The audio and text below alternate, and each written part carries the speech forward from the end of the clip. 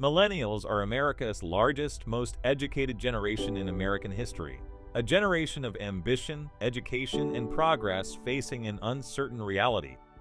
Born into an era of economic chaos, they face challenges far beyond what they were told to prepare for. They've had to rethink traditional milestones as they enter adulthood during global uncertainty. Their struggles mirror those of a generation before them, Japan's lost generation. The same story, different country, different time. America's lost generation goes beyond the numbers to capture the unique ways this generation is reshaping their future, in their own words. It's a story of real people, authentic challenges, and untold resilience. Explore the stories and reflections of America's Lost Generation by Cameron Cohen. Available now at soupllc.com.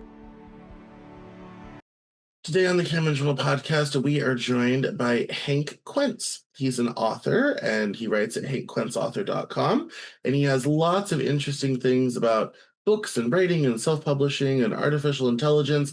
He has written so many books, I think at least a dozen or so, a lot to do with writing and self-publishing. So we're going to have some fun, talk a little shop, and learn more a little bit about him and his whole journey. So welcome, Hank, to the Cameron Journal podcast.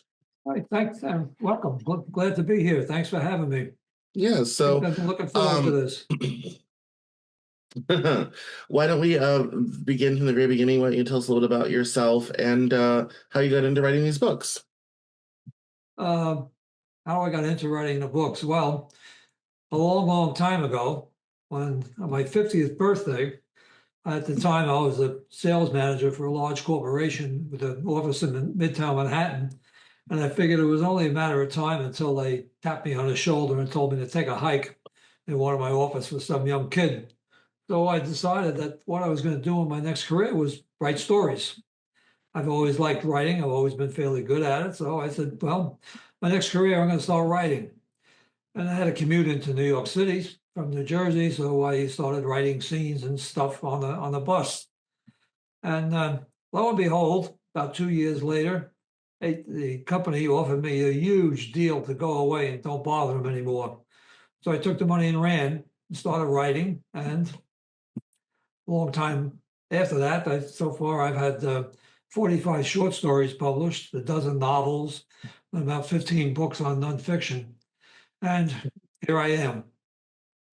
And here you are. You're up to date.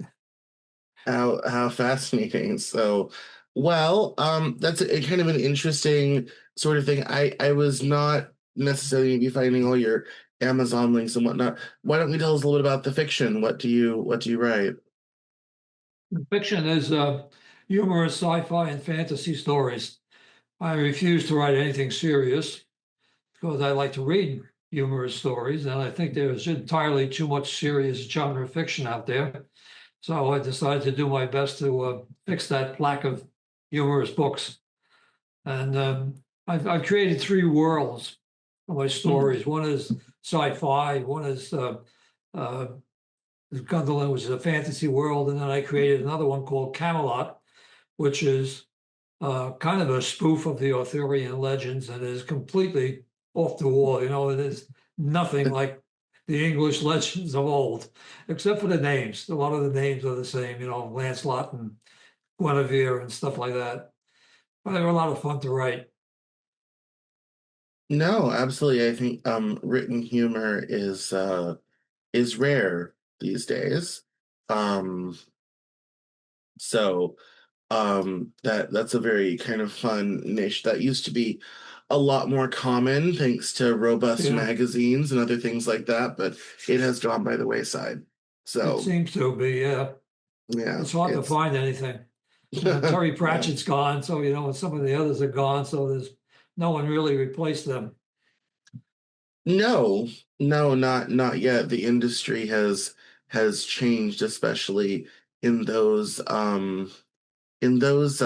genres. It's a lot, you know, everything's very serious and end of the world and apocalyptic, and so yeah, it's. But I mean, as you know, as an industry expert, you know, the industry changes and all this sort of thing. One of the things people always kind of talk / complain about is, writing the story you want to write or writing to market. Have you ever felt the need to write something specifically that you knew readers would read or a publisher would pick up, or do you just focus on you have your ideas and you're going to write them down? I have always had the way I operated was I got a story idea and I thought it was really good. I wrote it and worried about the market and selling it later on. I was write first, satisfy, come up with a really great story and it'll sell eventually. But I didn't worry about what the market said. I did my own thing.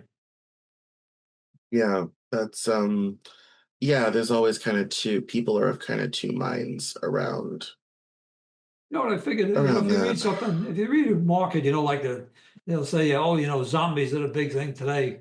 By the time I wrote a bloody book on zombies, it'd be something different. Zombies would be passe. Yeah. I missed the boat. So I decided I wasn't going to chase that stuff. I was going to do my own thing. No, that was always my logic as well. Writing a book takes a long time. Industry trends shift and change. Yeah. If you're lucky and you have something on hand that happens to match a trend, good for you, sort of Yeah. thing. But yeah, not that's not necessarily an entirely sustainable business model for a career No. or anything like that. So that's cool. Well, then why don't you? I was reading on your website that you started writing nonfiction books about writing for inexperienced writers in writing groups that you were going to. Tell us that story. I belonged to several writing groups, or I did, and one of them was a big one was held in a library and, a couple towns away from me. And it had a very large audience. There was a lot of members in this group. And I noticed that, well, I had published a lot of stuff, I had a lot of short stories and a couple novels published. And I noticed that a lot of these members really struggled with writing a basic story. They had trouble with developing compelling characters. They had a lot of trouble with plots. Some of this stuff that I read just simply didn't have a plot. And they were really struggling with basic stuff. So I decided, I know this stuff. So I'm going to write a book, that was my first book, Creating Stories, my first nonfiction book, Creating Stories. And it was aimed at people who want to write stories, but really struggle on how to adapt, to all the different uh, moving pieces that you have in a novel. Everything's got to mesh together, and that is very difficult to do, especially when you're a newbie, and you don't have the experience that on how to write all this stuff and make it blend together. So then I started, well, yeah, I know how to self-publish a book. Oh, maybe I ought to write one about that. And I know something about book marketing, so maybe I ought to write a book about that, and then on and on. Well, when you're writing fiction and that sort of thing, what inspires you? What gets you excited? In fiction, Yeah. a good story idea that I can find an ending to. If I can, story ideas are a dime a dozen. An idea with an ending, that is golden. That's the story. And I find a good story idea and I can come up with an ending I believe in. That's exciting. I want to write that story. Hmm. Oh, that's unique answer. Hadn't heard that one before, so congratulations for being unique. Um, yeah. What do you like to read? What are you reading right now? uh, Actually, I'm rereading Bernard Cornwell's novels about the Last Kingdom. King Alfred and the Saxon and the Viking invasions of England. I'm on book 12.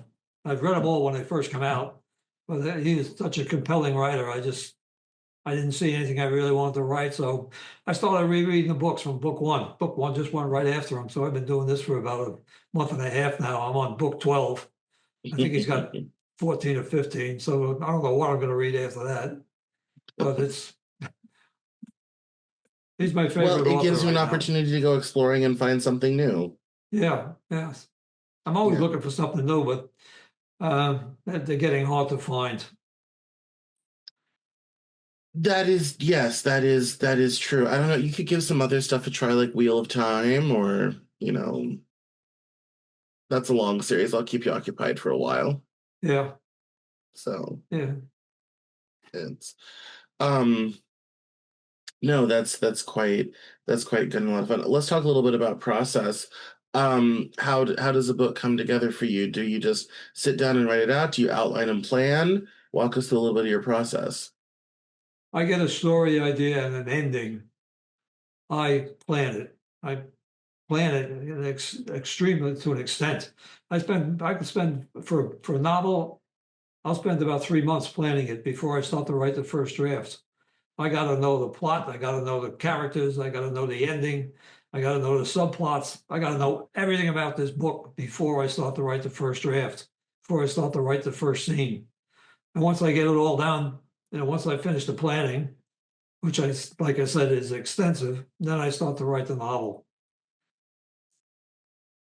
Well, I've been I ask this question a lot because I interview a lot of people, and I ask this question a lot. And I would say I am also a big planner, outliner.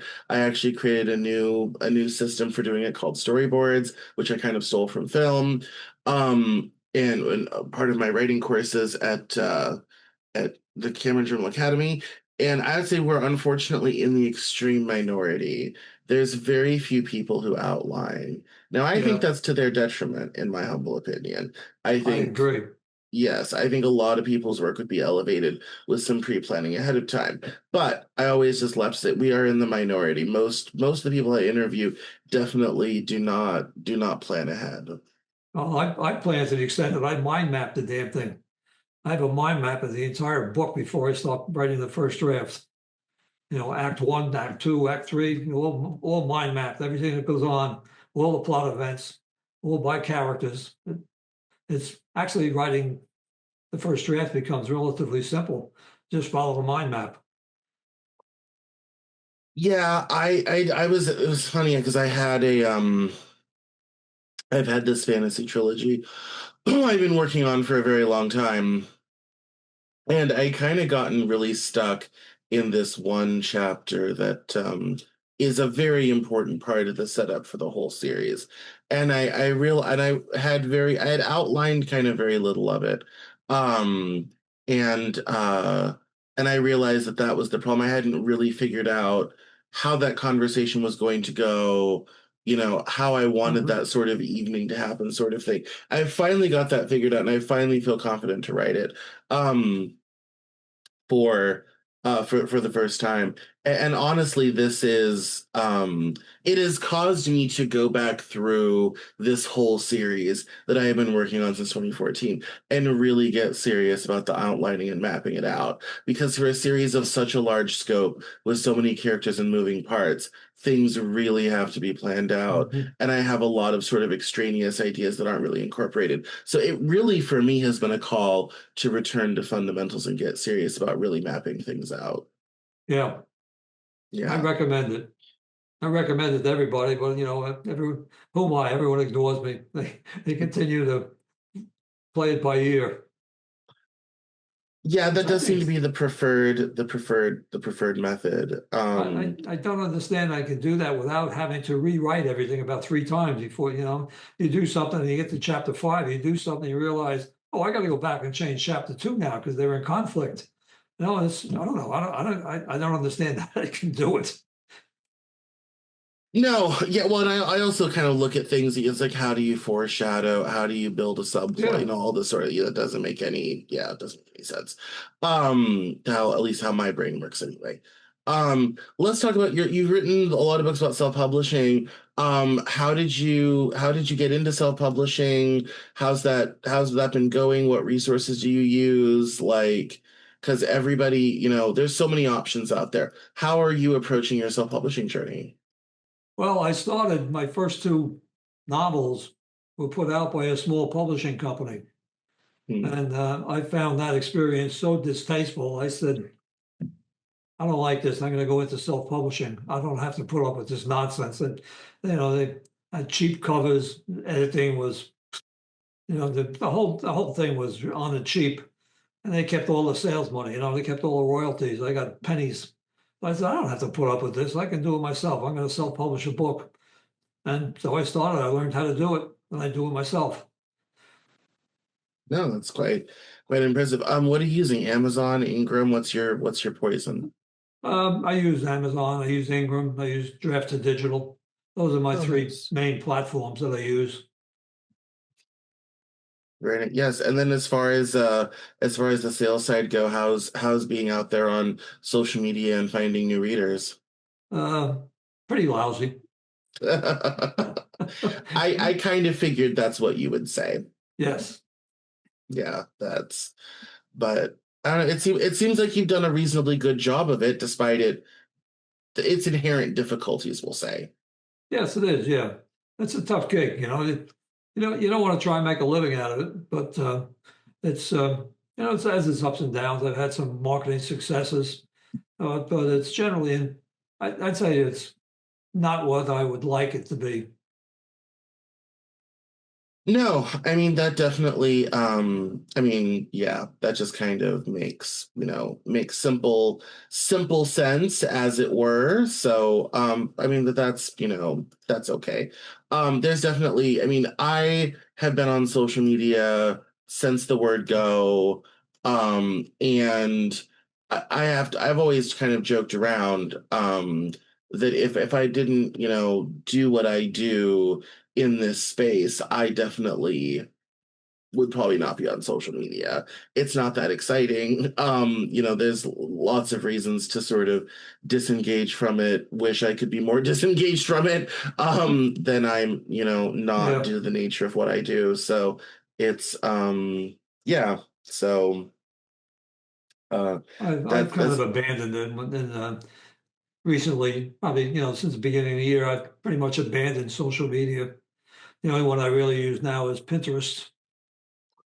Pinterest is fun. I do a lot of stuff on Pinterest. I like to do inspiration and mood boards for different books that I'm writing. And sometimes I can look back for little details or little visuals to help enhance a scene or whatever have you.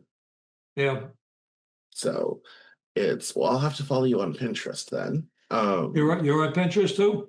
Yeah, yeah, yeah. I've been on Pinterest since the Okay. word go. So Oh, okay. it's yeah, no, I love it. It's a lot of fun. Like I said, I make mood boards for Yeah, all of my books and different things that I'm working on because it's nice to collect, different visuals, which can be helpful when describing things to be able to yeah, go and just kind of get in the headspace of that story in that world. So, yeah. I went on Pinterest when it first started, but I really didn't understand it, so I dropped out.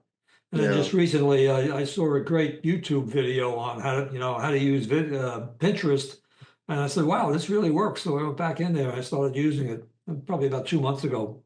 Yeah. Well, it's better than being on Twitter. Like that's Yes. Yeah. so that's no, that's a lot of fun.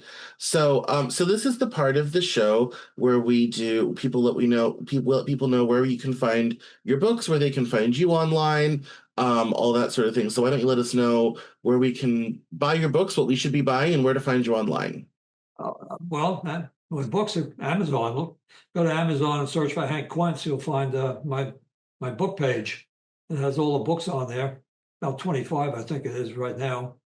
And my webpage is hankquenceauthor.com. Fairly easy to remember, hankquenceauthor.com. No spaces, no capitalizations, no funny symbols, just straight letters. Yes. Hankquence.com, author.com. Yeah. And no, that's excellent. And then could you remind everybody what your current book series are? My current what? The current book series you have going. Right now, I don't have one. I'm spending most of my time right now on artificial intelligence and trying to convince other writers that they really need an AI writing assistant. Yeah, most Uh, people. I mean, a lot of people are really resisting that right now. yeah, most of the writers I know, they're either they don't know anything about artificial intelligence except it exists, or they know about it and they're afraid of it that it'll replace their, it's going to take their job away, and it really well it will if you let it, but if you use it intelligently, artificial intelligence is a fantastic tool as a writer. It increases your productivity. What I like is that it frees me up from doing a lot of donkey work, and that gives me more time to be creative. It's quite wonderful that once you get the hang of it. Yeah, well, I think that's something that I hear sort of repeated a lot. I've used artificial intelligence much more in nonfiction than fiction. I haven't seen AI do great fiction yet. But nonfiction, I've seen some products and things that are quite good. I'll tell you a story about fiction with AI. There's a friend author of mine. She writes detective mysteries. And she got into a scene. She was writing a book. She got into a scene and she got hit. She got her protagonist into a really, really ton of trouble. And then she stopped. She couldn't figure out a way to get him out of this mess. So she opened an AI app. She pasted in the scene, what she had of it, and said, "Give me 6 ways to get out of this mess." And boom, AI gave her 6 ways. She said, "Oh, number 3, that's what I'm going to do." And she wrote number 3 and finished the scene. That is how you can use AI writing fiction. It is, once you understand it and get the hang of it, it is a great tool. No, that's oh no, that's tremendous. Well, thank you for coming on the Cameron Journal podcast. I really appreciate it. We'll definitely make sure to let everyone know where to find you and get a hold of your books and if they need self-publishing advice and all that sort of thing. And just thank you for coming on the show. I really appreciate it. Thank you for coming. Thanks for having me. I enjoyed this. This is fun. Thank you. Of course, Hank. All right, thank you.